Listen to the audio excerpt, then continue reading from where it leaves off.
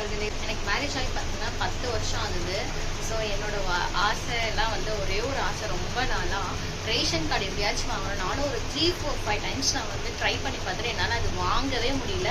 So ஃபைனலாக நான் வந்து 2023 ஜூன் மாதம் அப்ளை பண்ணி எனக்கு இந்த வருஷம் செப்டம்பர் லாஸ்ட்டில் வந்தது. ஸோ நான் ரேஷன் கடைக்கு போனப்போ அவங்க வந்து 20ஆம் தேதிக்கு அப்புறம் வாங்கம்மா புது ரேஷன் கார்டுக்குலாம் அப்போ தான் திங்ஸ் வரும்னாங்க. இப்போ நம்ம போய் ரேஷன் கடைக்கு தான் போய் வாங்க போகிறோம். என்னோட ரொம்ப நாள் ஆசை ரேஷன் கார்டு வாங்கி நம்மளும் போய் ஒரு பொருள் வாங்கணும் அப்படின்னு சொல்லிட்டு. ஓகேங்களா, வாங்க போய் நம்ம பார்க்கலாம்.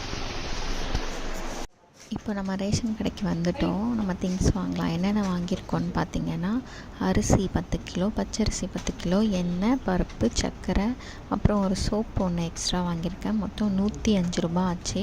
ஸோ சோப்பு எக்ஸ்ட்ரா 10 ரூபா, 115 ரூபா ஆச்சு.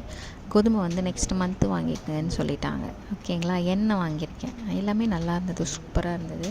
ஸோ இதுதான் நாங்கள் இப்போ இட்லிக்கு வச்சுக்க போகிறோம். ஓகேங்களா, ஸோ இப்போ நம்ம ரேஷன் கார்டில் வந்து திங்ஸ் வாங்கிட்டோம். இப்போ நான் வந்து ஆஃபீஸ் போயிட்டுருக்கேன். வாங்க நம்ம ஆஃபீஸ் போயிட்டு பார்க்கலாம். ஓகேங்களா, 10:30 மோர்னிங் ஆயிடுச்சு. ஸ்கூல்லேருந்து கூப்பிட்டு வந்து எக்ஸாம் நடக்குது. ஸோ இப்போ நம்ம ஆஃபீஸ் வந்துட்டோம். ஓகேங்களா, இந்த மாதம் ரேஷன் வாங்கிட்டோம். ஒரு பெரிய வேலை முடிஞ்சது. ஸோ நெக்ஸ்ட் வீடியோவில் பார்க்கலாம். ஓகே, பாய், தேங்க்யூ.